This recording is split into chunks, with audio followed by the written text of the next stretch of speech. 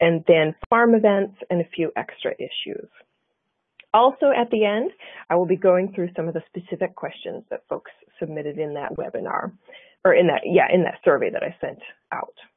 So stick around. If you can't make it until the very end, just check the recording. Now, this webinar is part of a series, and some of the subjects that we'll be touching on today will go into a lot more detail later this spring. So in January, we're talking about on-farm events and workers and employees, then adding value to some of your farm products, like making dried herbs or starting a jam operation, sales, particularly to large buyers, and then starting a farm and food safety liability wrap us up in March. You can register for all of those at the website, or you can send me an email and ask to be added to them, because I know my system won't let you. It makes you keep re-entering your information, and I'm sure that's annoying. Okay, before we get into it, I want to share a little bit more about why I think legal issues are so compelling for our community, and shape a little bit about why we talk about these things. I don't do what I do so that you can walk away with this laundry list of really annoying things that you should be doing. You know, I'm sure that what you'd prefer to be doing is growing food and talking with customers, not handling legal stuff. So, but what I want to do is help you understand where risk exists, because when you know where that risk is, you can manage it and you can mitigate that risk as works for you. Everyone has a different risk tolerance, and there's nothing wrong with that. And there's not necessarily one specific action that you should take.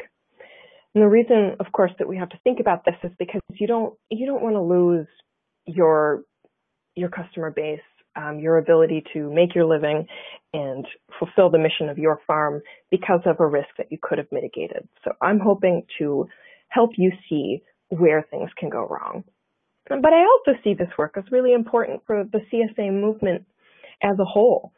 As you probably know, CSA is growing really, really fast around the country. I mean, 5 years ago even, I had to explain what CSA is, and I'm finding I don't have to do that anymore. The consumers are catching on, but at the same time, local food, because it has caught on, there's some kind of baseline understanding out there, but still many more people that don't quite understand what it is. And with the fast-growing idea, things are going to start happening. Bad problems are going to start cropping up. So actually, part of how I've set up the presentation today is to share with you some of the stories about how things have gone wrong around the country.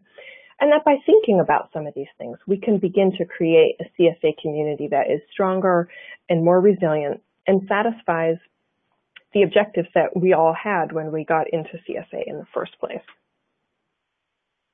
At the end, we're going to go through a 5-minute summary just to recap in case you are eating dinner or watching your children and all those things at the same time. So yes, our parade of horrors will begin. Okay, and first, of course, I want to start with a poll. Have you ever heard of a CSA farm not delivering product to customers? You're going to see this poll pop right up in front of you. And okay. Now I'm going to give you a few minutes to talk about that. And I think this is a pretty timely poll because